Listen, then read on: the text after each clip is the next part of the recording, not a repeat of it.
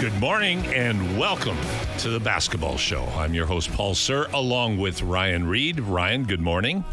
Good morning. We have, we have a great show today. Phenomenal guests. Ryan Wallstadt's going to join us in the last segment this morning. Well, the second last segment, I take that back. The better Ryan, some have said. We've upgraded. Ryan Wallstadt, of course, writes about the Toronto Raptors for the Toronto Sun. And what a great time to talk about the Raptors after draft day.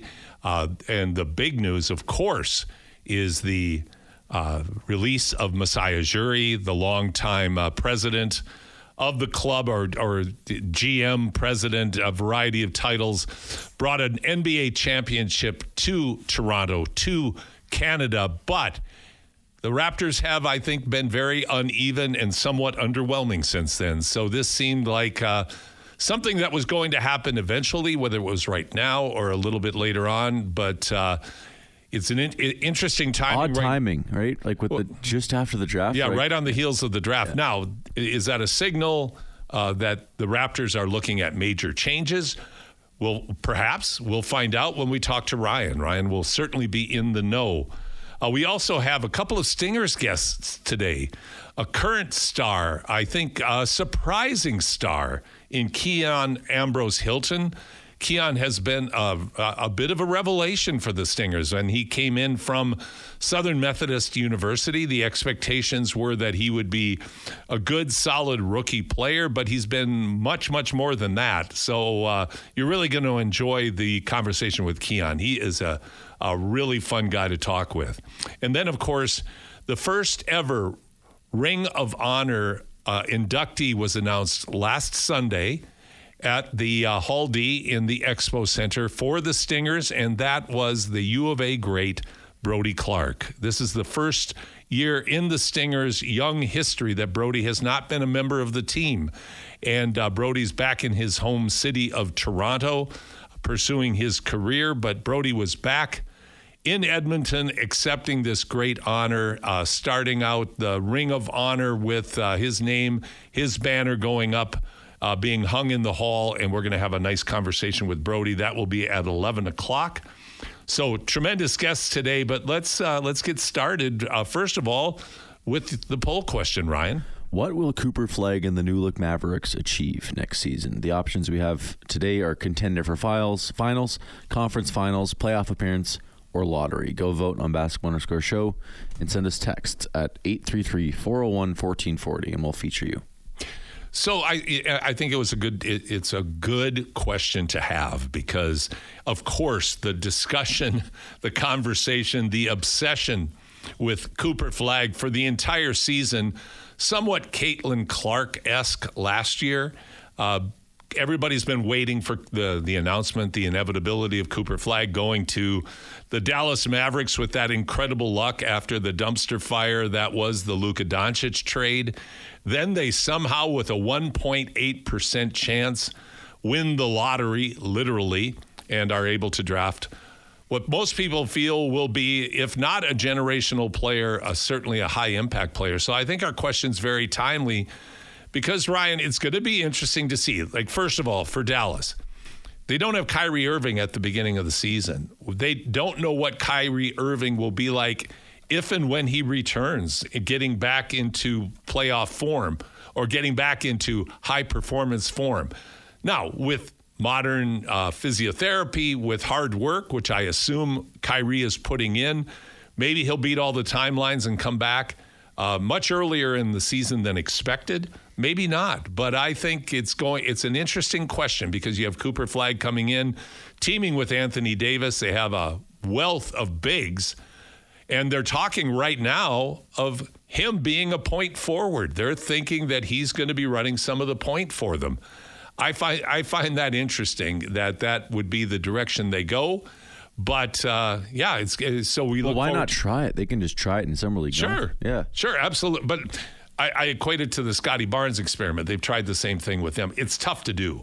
It's tough to be a 6'7", 6'8", point forward playing against lightning quick guards. That's what Luka did. Well, yeah, but Luka's 6'7", 240.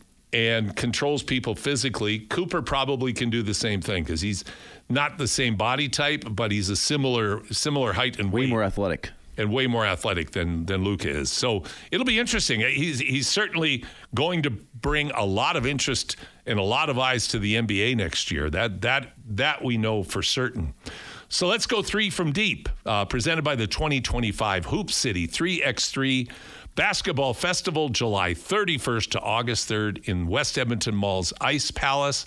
We have 4, count them, 4 FIBA 3x3 events. It is the largest FIBA 3x3 event in North America. We will be featuring the best teams in the world, including the Canadian women and many Olympic medal winning teams. And speaking of Canadian women 3x3 teams, I'm going to start in our 3 from deep. Point number 1, Ryan. Right now in Ulaanbaatar, Mongolia, the FIBA 3x3 World Cup is being held. And today, the Canadian women beat a very tough Spain team, 11-10. It was a defensive slugfest. But the victory put the Canadian women in the semifinals tomorrow against a very powerful team from the Netherlands. So for the first time, the Canadian team has been competing without either Michelle or Catherine Plouffe. They picked up two additional players, and they overall have played well. They were 2-2 in pool play, and they won the all-important quarterfinal game, and then are against Spain, and now move into the semifinals against the Netherlands.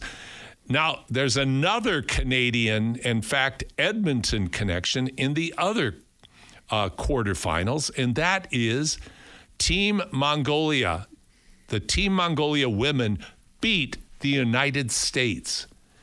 And FIBA 3x3 is saying that might be the biggest upset in FIBA 3x3 history. And where the connection comes in is that the Mongolian national team, men and women, are coached by my son, Steve Sir, from Edmonton. Now, I want to put some context on this. This is a monumental accomplishment. And of course, I'm a proud father, of course, of Steve as a player. But I'll tell you what, as a coach, there is nobody, and I am not the only person who would say this.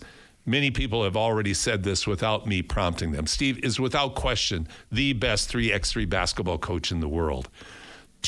18 months ago, the Mongolian women had not won a game in any 3x3 tournament ever. 18 months ago. They just beat the gold medalist Germans and now the Americans. Would you say it's the biggest upset in 3x3 history? Well, it's in... Or in the last little bit, at least.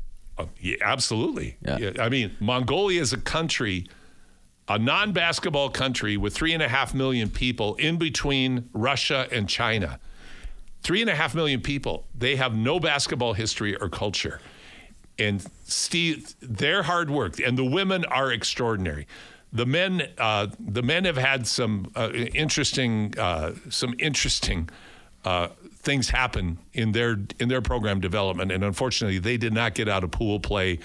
They had an injury, and as anybody who watches 3x3 knows, one of the interesting and I think kind of flaws in the system is if a player gets injured, you can't bring a fourth in. So you're playing with 3, which is really difficult because of the cardio and physical challenges of that. For people who are maybe not familiar with the coaching aspect of it, what's the biggest difference that you find maybe from watching Steve or hearing from Steve of coaching 3x3 and coaching 5-on-5 standard basketball? Well, there are many differences because, you have a 12-second shot clock. You're playing half court. On one hand, you have a lot more space to work with. On the other hand, it's amazing how fast the shot clock works. So your actions have to be, and by actions I mean your offensive plays and reactions have to be really smart and really purposeful, because if you just run a screen and roll, you will not be successful. Spacing's incredibly challenging. Screens and slips, like going to the basket. You have to be able to read your defense and how they're defending the screens. There's so many things about actions, but then there's also your ability to shoot the ball. And the shot that beat Germany, step back three. 18 months ago, the women in Mongolia could not shoot a lick. But they have come so far, and their attitudes are so phenomenal. And, of course, they're playing in front of this huge crowd. Like, go online at FIBA3x3.com and just check it out. The venue is fantastic. It's right in downtown Ulaanbaatar. They have the statue of Genghis Khan behind the big Parliament Center. Like, it's a spectacular venue. It really is. But so happy for the Mongolians. I mean, yeah, as people... Have you been to Mongolia? I have not. My wife has. Certainly Steve's family has. But no, I have not. But Mongolia is fast becoming a tourist attraction because in many respects, it has the Gobi Desert, which is probably most famous for, but it has a very similar landscape to Canada as well. Mountains, beautiful green areas. It's a fascinating culture and a fascinating country. And I'm so happy and even though I'm American, hey, I'm pulling for Mongolia 100 times out of 100 in that matchup because the Americans throw a team together and show up and hope and expect to win. On the men's side, the men got beaten by a very young German team, the American men by a very young German team, and the Canadian men, unfortunately, didn't make it out of pool play. You're listening to The Basketball Show on Sports 1440. Paul Sir along with Ryan Reed. Second point in our Three from Deep, Game 7. Game 7, Ryan, seems like it was 6 months ago. Like it doesn't even seem possible that it was 5 days ago. They move so quick with the draft. If you hear the Thunder, like it's 3 days later, like, oh, you're drafting 2 first-round picks all of a sudden. So 100%. It's a crazy turnaround. But honestly, it is Game 7, so I guess it is. If it was Game 4 or 5, it'd be a longer wait. But still, it's a crazy turnaround, Paul. It is, and the series this year went longer than it normally does because you had some Game 7 playoff runs in the first few rounds. So it was just a long, extended playoff. Let's give credit to the Indiana Pacers for taking the OKC Thunder to 7 games. I know everyone's heart goes out to Tyrese Halliburton and that unbelievably awful explosion where you could see the Achilles tendon run up his leg. Like it's just awful. I've had that injury. It is a terrible injury. I had mine a long, long time ago. Fortunately, sports medicine, rehab, they you know what? They say he won't be able to play all of next season.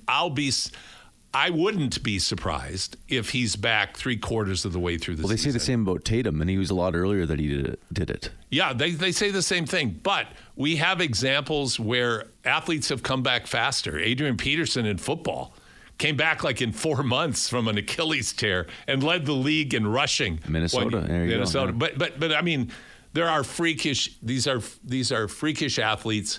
They're going to get the best of physio. They're going to get the best of surgery.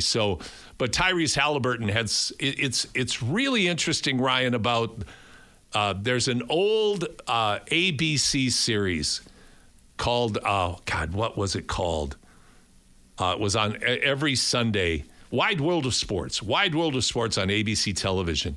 And the beginning of it, they had the joy of victory and the agony of defeat. And for the agony of defeat, they had a guy coming down a ski ramp and go flying off into the fence. And talking about the agony of defeat. And I think like with Tyrese Halliburton, 4 magnificent, historic game winners, was leading the team, his Indiana Pacer team, to challenging OKC in Game 7. And then this awful injury takes place, and the heart goes out to him. But give credit where credit is due. SGA, to no one's surprise, was the MVP of the tournament after an MVP season, one of the few players to lead the league in scoring, be the league MVP, and, of course, then lead his team to an NBA championship, and then be the MVP as well. Magnificent season. OKC is absolutely set up to be so powerful for so many years. But here's the deal, Ryan. So were the Boston Celtics a year ago. There was the same chatter. Is this a dynasty? Now, in fairness, the Boston Celtics last year did not have the depth, the draft picks, and the financial latitude that the OKC Thunder have this year.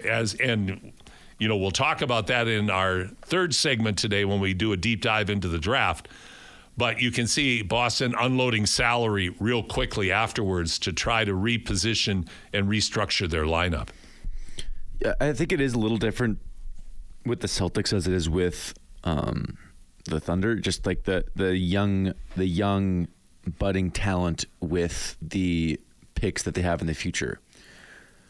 For me, the Celtics had the young talent, but they also had older players that are phasing out. They're now just shipping them out for nothing, like Drew Holiday, Kristaps Porzingis, or not nothing. Sorry, Anthony Simons. Next to nothing. Yeah, the Thunder don't have to do that for a while.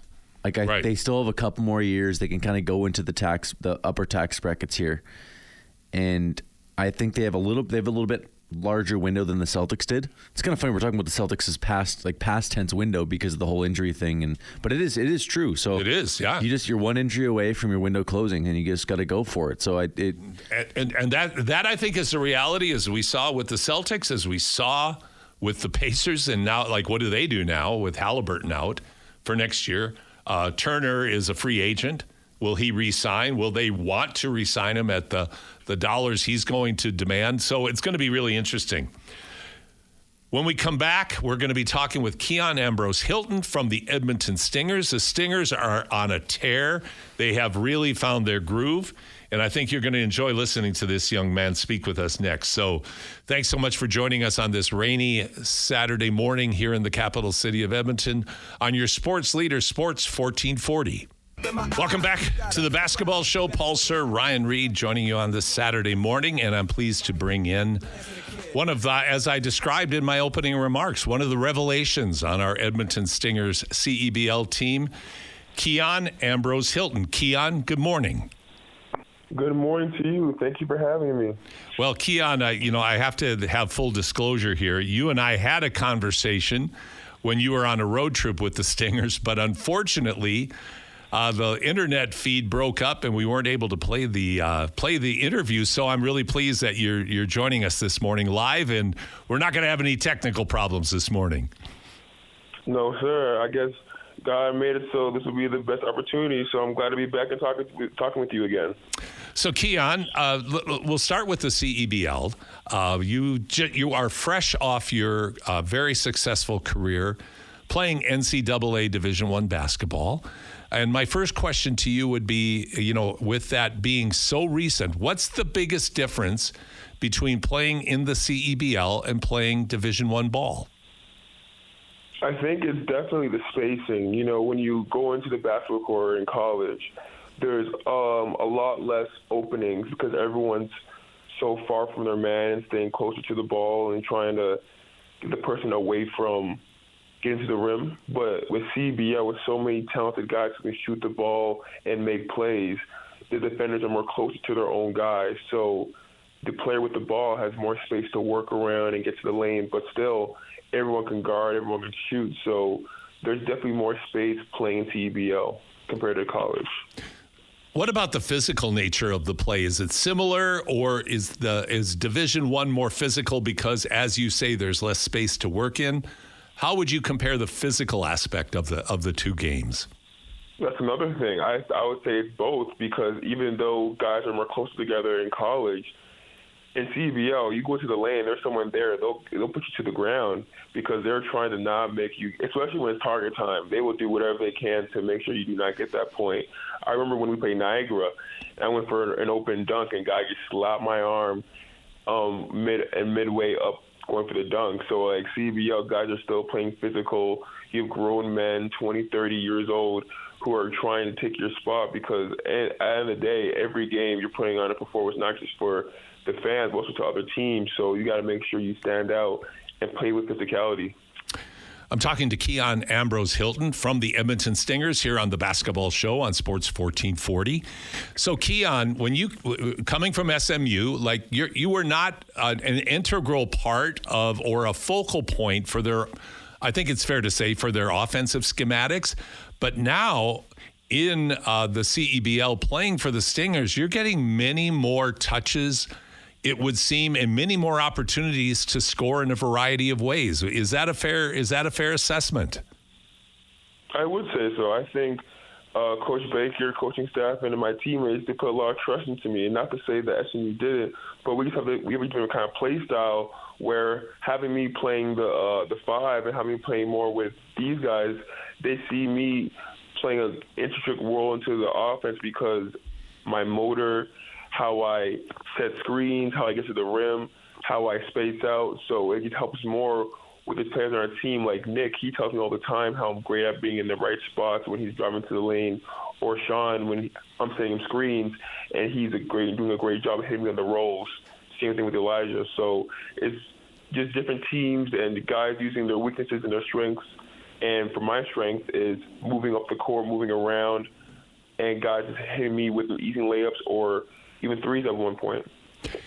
The Stingers have been on a roll, Keon, and they, you have won, I think, 4 of your last 5. You're now at 500, and certainly there have been additions and some subtractions. So it's additions and subtractions to I think reformulate the lineup, and you've settled in right now. You've got Chris Smith, who gives you size and strength, I think, to back you up. And also, it's interesting, it gives you guys both the opportunity on occasion to play together. So you've got this new look. Talk about this present Stinger lineup and what you think the turnaround, what the reasons for the turnaround has been. Yeah, we're trying to find the best guys that want to win. We're trying to find the best guys who are out for the team and for the success of Edmonton Stingers. When you get subbed off, you're not looking down, you're not moping, you're not feeling like, oh, I should be taking his minutes. You're going into the bench thinking, okay, great, I put my minutes into the court. Now it's time to cheer and get ready to get back onto the court. And we have those kind of guys. Chris has always been a positive guy for our team. Whether it be shoot around, whether it be practice, whether it be the game, he's always making me laugh as well as working hard on the court, and it brings that confidence that our team needs. And not just Chris, but also Isaiah and Mike, who just came and had their first games, who were here previous year. They also bring that veteran presence as well as that leadership that we need to continue in our games and go further into the season. One of the many things I remember about our conversation that we were not able to air, Keon, is that you were I'm not sure exactly what the title was, but a communications major in university. You have your master's. You speak very well, and I think what struck me is you think the game very well. What would you attribute your basketball IQ and understanding to? Thank you for the flattery. Thank you for the flattery for thinking that I did communications. I did sports management for my bachelor's and then liberal studies for my master's. But communications was definitely on the table. I did do a few classes on it where we had to talk a lot and, talk to a crowd. But I think where it just came from of me knowing the game was definitely just watching a lot of basketball. I'm talking like when I was in high school and I was getting into basketball, I remember just watching endlessly highlights and basketball games of, it could be from LeBron, it could be from Michael Jordan, all the way to John Stockton, Rajon Rondo, Derek Fisher even, just to see how they played the game, or see Moses Malone. Like, I went from every era there was of watching basketball, and then even now, as I'm going to a basketball game, as I'm going to practice, as I'm grocery shopping, I'll listen to podcasts. Like, I'm a person that listens to podcasts more than music, because at this point, music is just turn me side-eye. So I listen to more podcasts of people talking about basketball. And that's what I love to hear, is people talking about basketball. That's the one thing that I know I can go endlessly about. So when it talks about pick and rolls, different situations, and even the mindset of the game, I love to hear about it and I learn about it. And then obviously just making mistakes. Make mistakes and you learn from it. So that's why I go on every day. Keon Ambrose-Hylton of the Edmonton Stingers joining Ryan and Paul here on the Basketball Show on Sports 1440. So, okay, let's get, I'm interested in your opinion here. What's your favorite era of the NBA? Oh, boy. Favorite era. I got to go back to 2010s. Like 2010s was just, I mean, for me, it was like, that's when I started loving the NBA in terms of basketball. But for the NBA, definitely 2010s. For college, 2020s, because it brought in everything, especially even now with college basketball, because of NIL. There's so many more opportunities. But for NBA, definitely 2010s when LeBron was on the Lakers, when it was on the Miami Heat. KD was at OKC. Everybody had their rivalries and stuff like that. But basketball in general, yeah, I would say 2015 to now was definitely my favorite. And who's your favorite? Let's go pre-2000. Who's your favorite player? Like, who influenced you the most? It impressed me when you said that you watched Moses Malone, John Stockton. You threw out some names that I thought were interesting because that is a real student of the game talking. But who's your favorite old school player? Old school. I would have to say it would either be Hakeem because of his footwork, or bringing it back. I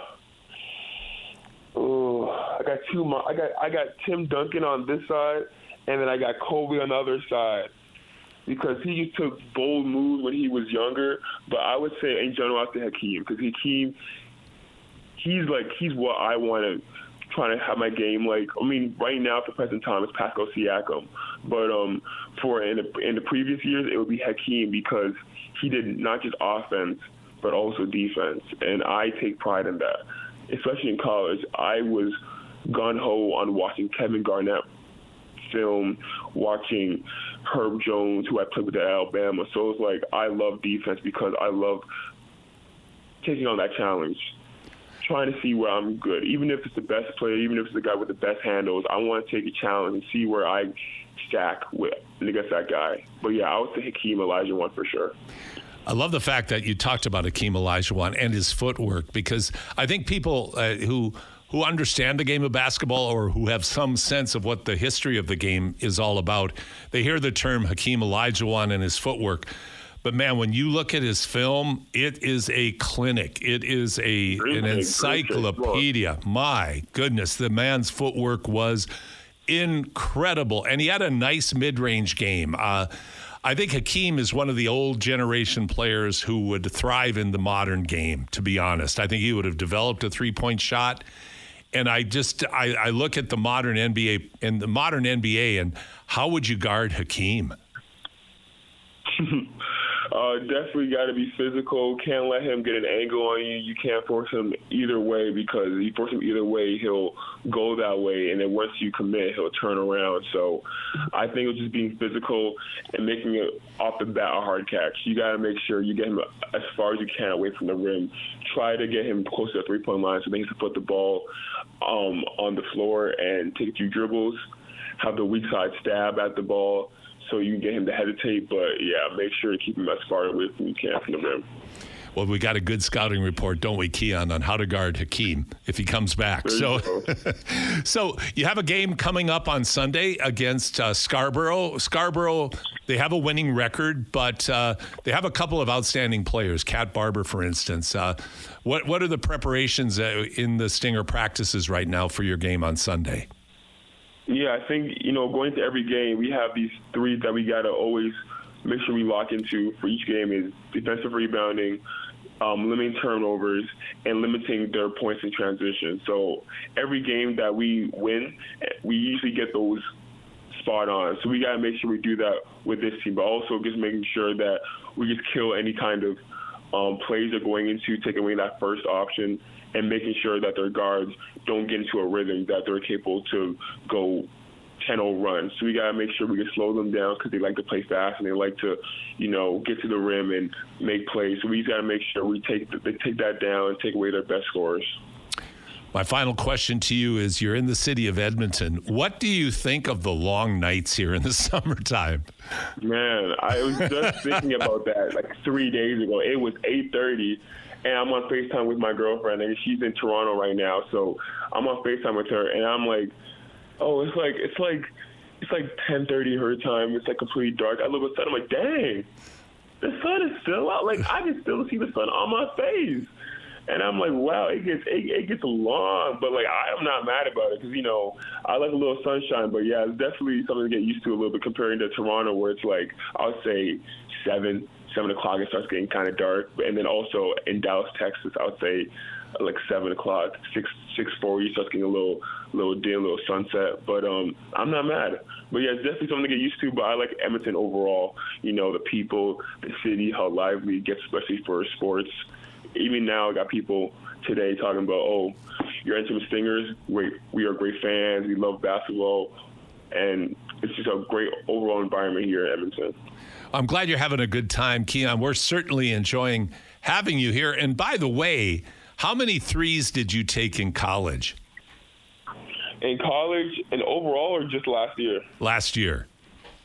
Last year, I think anywhere from 10, I don't know, maybe like 8 to 12, somewhere in there. Okay. I love to see you stepping out and taking the three in, when you have that opening, and the fact that you mentioned something earlier, that you have the confidence of your teammates and your coaching staff to be able to step out and do that, because you obviously can do that. And it's been a lot of fun watching you so far. Can't wait for the rest of the season. And certainly everybody, come to the game on Sunday. You will never regret being at a Stingers game if you've never been before. Make it a priority.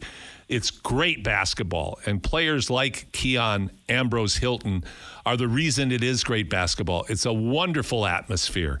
So go to the Stingers website, get your tickets, come on out and enjoy. Keon, thanks so much for joining us this morning, and we'll look forward to watching you on Sunday. Yes, sir. Thank you. Thank you for having me. I enjoyed my time with you. Likewise. Keon Ambrose-Hylton, starting center for the Edmonton Stingers, joining us on the basketball show on Sports 1440. When we come back, Ryan and I are going to do a deep dive into the NBA draft that took place this week, and we're going to set the table for when we have Ryan Wolstadt from the Toronto Sun on later in the program to talk about the moves by the Toronto Raptors. You're listening to the basketball show on your sports leader, Sports 1440. Always amazes me that has become such a great song at sporting events. It's really funny. Paul Sir, Ryan Reed joining you this morning on the basketball show. We're going to dive into, do a deep dive into the draft right now and talk about some of the moves and non-moves that were made by the NBA teams. Ryan, let's do, we normally wait till the second hour, but I'm curious how our listeners are voting on the impact of Cooper Flagg on Dallas next season. Sorry, one more time. Okay, can you give me the poll results? Oh, yes, yeah, for sure. Okay, where are we at? So ask him about Cooper Flagg and how is he going to affect the Mavericks next season? Contender for finals, conference finals, playoff appearance, or lottery. So far, the leader is playoff appearance. 50% of voters say that, and lottery is 27.3%. Conference finals 13.6%, and contender for finals 9.1%. Well, I think that, again, kudos to our listeners, because I think that's pretty much spot on right now, because we've got, you've got a generational player potentially in Cooper Flagg. He's joining a future Hall of Famer in Anthony Davis. Kyrie Irving, as we mentioned in our opening sequence, he's not going to be back for a while, if not for the whole season. One little aside is that Ryan Nembhard, Andrew Nembhard's brother, I was corrected by Ryan before the show that I do intermix the players, the brothers oftentimes, which is true. They're probably used to it. I'm sure they are. I'm sure. But Ryan signed as a free agent with the Mavericks, and certainly from a point guard standpoint, that might present an opportunity for him to get into the Mavericks rotation a bit earlier than he might have, certainly if Kyrie was healthy. I hate how Nico Harrison's taking like a victory lap. Like I told you guys, it's like you lucked into the pick. Like you didn't do this. It wasn't by your accord. You just got the first overall pick. Nico Harrison is, to me, one of the. You talk about there's a saying that is quite crude when it's said in its final form, but the sun shines on a dog's butt once in a while. That's Nico Harrison. A broken clock is right twice a day. Yeah, right, twice a day. That's Nico Harrison. I think he's a bit of a clown. It's one of the reasons I really struggle with the lottery. Like this just shouldn't happen. Feels weird to reward these kind of guys. I know. Reward a doof like that who made one of the historically. Like the team is very good now. Just think about the front court even. Like Anthony Davis, Gafford, and Cooper Flagg. That's just Derek the three. Lively. My gosh. Lively off the bench, and then they have Kyrie at the 1. Yeah. And then Max Christie at the 2. Like that's a legitimate squad. That's a good team. But it's just. Yeah. You got lucky for this to happen. Well, that's the big thing. They did. They got lucky. And so now that they are lucky, it will be interesting to see how they utilize it. They lost an assistant coach, which I know isn't a big deal, but Jason Kidd's lead assistant is a man named Sean Sweeney. Sean was a high school teammate of my son Steve's at Cretin-Derham Hall High School in St. Paul, Minnesota. Played alongside Joey Mauer, the Hall of Fame, the first ballot Hall of Famer in baseball. But Sean has just been working up the ladder through his career, and he is now the associate head coach with the San Antonio Spurs. But Dallas also hired a Canadian, Jay Triano, who was the national team coach for many years. Great national team player, has been in the NBA coaching ecosystem for many, many years now as well. But now the Mavericks are set up. They're going to be interesting. They got their big guy. Now I'm sure you're going to have some commentary on this. The San Antonio Spurs drafted second, and they picked up Harper from Rutgers, who's another long guard after acquiring from the Sacramento Kings De'Aaron Fox. I'm aware. Yeah, I know. And so now, who's going to be traded? Because there isn't enough. Now, Harper's going to be a rookie, and he's young. He's 19. He's going to be young. So maybe this is exactly where he should be to get spot minutes, not be relied on. But I have a hard time envisioning San Antonio wanting to keep that many talented guards when they probably have needs at other places in their rotation. The thing with Dylan Harper is at least he's not short. I think he can actually defend threes like small forwards in the NBA. I'm not certain. I think they should trade one of the guards as you want a true small forward at your 3. But Dylan Harper has a 6'10.5" wingspan, and I think that matters a lot more than height. How high your head is off the ground does not mean much in basketball compared to how wide your arms are and who you can guard that way, and your weight as well, just your overall muscle mass. I think Harper can play the 3, and I think it could be a Fox Castle Harper, and they could try that this year a little bit and see what happens. If it doesn't work, I get it, and if it doesn't work, I imagine you trade Fox. But he's by far the best player of the 3 right now, so that's also kind of tough. It's going to be, it will be interesting to watch, and I think San Antonio did what a lot of teams do. They take who they think is the best player. Yeah, best player available is how OKC did this whole thing. So 100%. And that was like the thing for the process Sixers when they drafted 3 straight centers. It was Embiid, Okafor, Nerlens Noel. And they just figured, okay, one of these guys will be good, and it was true. So I think best player available is so important in the draft. You can't draft for need when you're rebuilding. When you're kind of in the late first-round pick, I think it's okay to draft for need. Well, and then it will all, I mean, of course, San Antonio, it's all going to hinge on whether or not Wemby is healthy and healthy enough to play a whole season, because if he is, the San Antonio Spurs are probably going to continue up that improvement trajectory that everybody's expecting. So Harper being added into it gives them that length that you're describing, Ryan, and some more versatility at the guard spot. The hapless Charlotte Hornets, I mean, there's 2 franchises in the NBA that struggle the most. And the Charlotte Hornets, with Edmund Toney and Jermaine Buckner as one of their assistant coaches, they've really struggled. But they drafted a player I'm a big fan of, Con Knuppel from Duke. He had an outstanding NCAA playoff run, a great freshman year. He's a really smart player. He's not an explosive athlete, but he's a very good shooter. High basketball IQ. I think, if he's handled correctly, I think Kneppel could be a major factor in their rebuild. He strikes me as like probably a fourth best player in his prime on a championship team, maybe third. But I still think in my mind it's probably the second last starter on a championship team. But third or fourth, you're right. Like he on the Celtics, fills he'd be those like gaps. a Derek White, not at all play style wise, but a Derek White level guy, where it's like he's a very, very good starter, but probably the fourth option on the team. You will not win a championship if Kneppel is your best player. Yes, or even I'd argue second best player. I guess it's a little early. No, yeah, but I think you're right. I don't think he's physically that kind of guy. And that's kind of tough for the Hornets overall, but where it's like they're just drafting guys that are like those are not the guys, those are not the best players you want on a championship team. But I mean, you have to draft guys to begin with, and it's not their fault for the lottery. Well, and you have to build with pieces. And I think like when you refer to OKC, I don't think LaMelo is the guy either. He's not going to be the best player on a championship team either.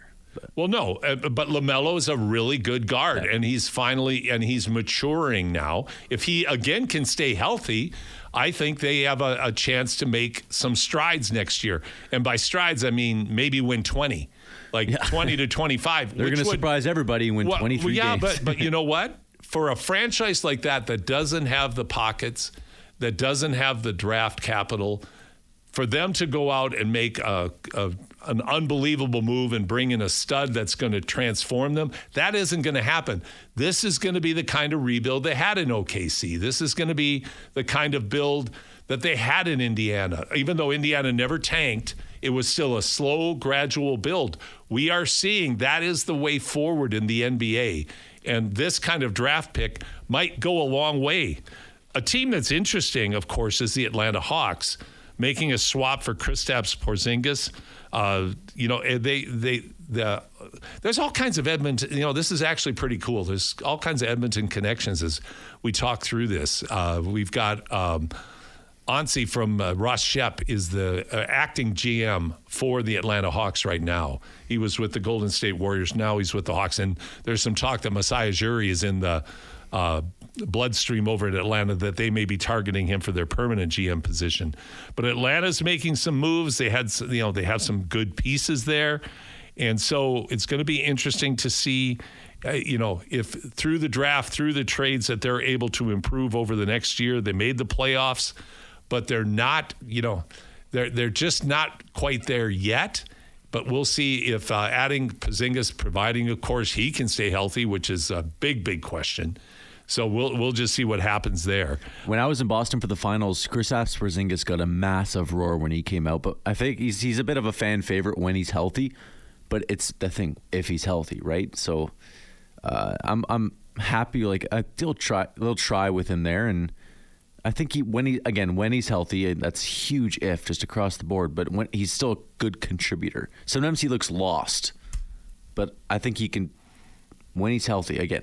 Yeah, keep exactly. Harping on it, but he's a decent player when he's healthy, and he's he's probably a fourth or fifth. He was the fourth or fifth best player on a championship team. At one point, he would have been the second, but because of his health issues, I remember he's never evolved into it. His Knicks stuff where he was going to be the guy. Yep. He was going to be Karl Anthony Towns. Yep. That's who he was going to be, but he hasn't been. It was him and Frank Ntilikina. That was the future for them. My goodness, that's a name that you don't hear often. Frank the Tank. Here's an interesting franchise. Brooklyn Nets. Again, if you want to attach the word hapless, they had 5 first-round picks available. They did not deal any of them. And it will, of course, time will tell, but they picked 5 players in the first round. And every assessment I've read about their selections has been, it's terrible. It blows my mind. They picked projects. Igor Demin from BYU. He's a really nice playmaker, but he can't shoot a lick. Like, not just a little, a lick. So you bring in 27% in college. Yeah, and he's in a college. guard. Like, he's a short guy. Yeah. Not a short guy. No, not a short guy, but no, I mean, he's got the length. He's not 6'20", 6'10". No, but he's got the length. I mean, 6'5", 6'6". Yeah. And he's a really good, clever, crafty passer. But in the NBA, if you can't shoot, there's a lot of guys more athletic than you that are going to be guarding you. And if you can't shoot, you're in trouble. And then they picked 4 other projects. Yeah. So they picked a bunch of projects. Bob Myers mentioned he's like, there's no way that Brooklyn keeps all these 5 picks. He said that around the lottery, like the late lottery. And he's like, no way as a team do you roster 5 first-round picks in one season, like as all rookies. And they just kept them all. And Bob was just beside himself. The thing is, though, if I'll play devil's advocate for a second. As hard as this is, I'm going to defend Brooklyn. You're terrible. You're trying to hold on to what quality pieces. You watched them last year, I believe, right? I Brooklyn. did. Yeah, I did. And they're brutal. They're absolutely brutal. But you're trying to hang on to the pieces that you can hang on to. And you're looking at down the road, like what you're going to look like. So yes, you could deal a couple of those pieces, but what do you get? You're going to get a mediocre existing player. You're not going to get a turnaround player anyway. What about futures though? But maybe future picks, just like to push it down the line, so you don't have to roster a third of your team as first-round rookies. Yeah, but they don't have to roster, and that's where I'm going with this. They're going to be able to pick up in the open market some other players that are decent. Not great, but decent. And then you have the opportunity to take maybe 3 or 4 of these guys and put them down in the G League and see if they develop into anything. Because, for instance, Wolf from Michigan. Yeah, I like him. Well, he's an odd player. He's a unique player. He's 7 foot. He can really handle the ball. I mean, the guy as a 7-foot ball, he's the best 7-foot ball handler I've seen, like in terms of being able to put the ball on the deck and do something. Now, he's not a particularly great shooter, but he seems to have a reasonably high basketball IQ. And, he could maybe 2 years from now, he could be okay. He could be all right. And then your draft would have paid off if you've developed him over the next couple of years. How many of those players have to hit for you to declare their draft a success? Out of the 5, how many of those players have to be regular contributors? 2. 2 out of the 5? Yeah. 2 out of 5. Because how many top 12 picks end up never having the career people envision them? And you can go down the line. Like right now, Ace Bailey going into Utah. That whole thing, we should touch on that eventually. But that whole thing is terrible. The guy's an idiot, obviously. I think it's his agent, too. It's the people he surrounds himself with. 100%. A guy, he's a young guy, and most young men are idiots anyway. But to have people around him as his mentors, as his advisors, reacting the way they did, trickling down into reacting the way he did. He doesn't get to draft teams. Teams draft him. You get drafted into the NBA. It's a privilege. Everybody's dream, whoever has played the game of basketball once, every kid's dream, and this is how you react. But there again, you come up through the entitled AAU system. You're mollycoddled since you're 8 years old sometimes if you're really talented, and you get drafted by the team you don't want to be with, and you respond this way. Going into Utah, which is a very unique marketplace, and going in already with a black mark against you is really, really interesting. I will say he was very happy when he was drafted. He was like, he seemed legitimately excited. As the night went along, he got less and... he got surly as his advisors got surly. Yeah. So he acted I don't out. want to blame... I want to be careful blaming the kid. I just think it's a lot of just who he surrounds himself with. And it's, for me, it's like 18, 19-year-old kids. It's hard for me to just dislike him. But I would delineate in your point is I agree with you. He's a kid. We all make stupid decisions. I never had to worry about the NBA draft. But well, no, you didn't. But in his case, I agree with you. But in the end, he's the one that's going to be judged, and he acted poorly with the people around him acting poorly. The other, the final one I would just touch on is in terms of this is bizarro world. Drafting number 16 for Portland, Yang Hansen.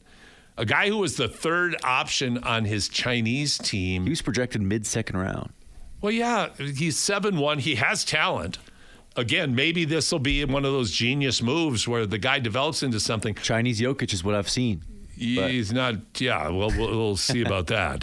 But Portland Trailblazers, history has such an interesting way of repeating itself. And their success historically is the most abysmal in NBA history at drafting post players. They drafted Sam Bowie out of Over Kentucky MJ, yeah. over Michael Jordan. They drafted Greg Oden, who had that one. I don't blame them as much for that one because he was ridiculous at Ohio State. He was very talented with foot problems, though. Sure, I guess and they the injuries were drafted there. him anyway. Yeah. They drafted him anyway, knowing he had foot But I problems. put more blames on Sam Bowie than Oden. Well, that was Bowie was like healthy. He was just brutal. No, Bowie was just not a player, and Oden could have been a really good player had his body not betrayed him. Yeah, just running Ohio State. Yeah, they were great. But now you made another very controversial, inexplicable decision in the draft. But there's a real interesting art. Actually, we better take a break in a moment because we got to get Brody on here. But final thought was I read a great article by David Aldridge about getting rid of the NBA draft. The NBA draft to me is a great tradition. I love the NBA draft when they had 10 rounds. I really did, because I had a couple of friends that got drafted. That was always my dream. I had one friend who was a fellow that went to Augsburg College in Minneapolis. He was the last picked in the 10th round. He can always say, I was drafted by the NBA. And people nowadays will be like, think you're a top 2-round pick. Yeah, absolutely. But it was great. But David Aldridge made the point, get rid of the draft. Let them be free agents. Let them negotiate with whoever they want and let the chips fall where they may, knowing that the tax, salary cap, all of those issues are going to dictate who you can sign and where you can sign. How would the Jazz and the Hornets just get players then? That'd be my thing. You kind of have to equal it out, or else all the top teams are just going to get new guys. Like all the new guys, no? They're getting them anyway. Jazz suck and they don't get a. But then they're going to continue to be terrible. They're never going to draft anybody. Maybe, but then how do you explain? Like in the major leagues on occasion when somebody beats the Yankees and baseball has a draft, but the Yankees are always good. Yeah, the Yankees are always good. But you're right. There's a case to be made both ways. As a Sacramento Kings fan, I got to defend the small market teams here. I don't know who would I'm a small market guy too. I really am. I guess, yeah, Minnesota, there you go. But who would voluntarily go to these places when they're like, oh, I can go to L.A.? But who can afford them? L.A. can't sign everybody because of the cap and the luxury tax and the aprons. In rookie deals, yeah, you're right. But you can't sign Cooper Flagg, Ace Bailey, and 3 other guys. Like, who are you going to boot off your roster? It's a thought. The draft is an imperfect process. It's always intriguing, and I guess for the reason that we're talking about it right now, it's the reason to keep on going with it. We're going to take a break. When we come back, we're going to bring in Brody Clark, the first inductee into the Edmonton Stingers Ring of Honor, here on your Sports Leader, Sports 1440. Paul Sir, Ryan Reed on The Basketball Show.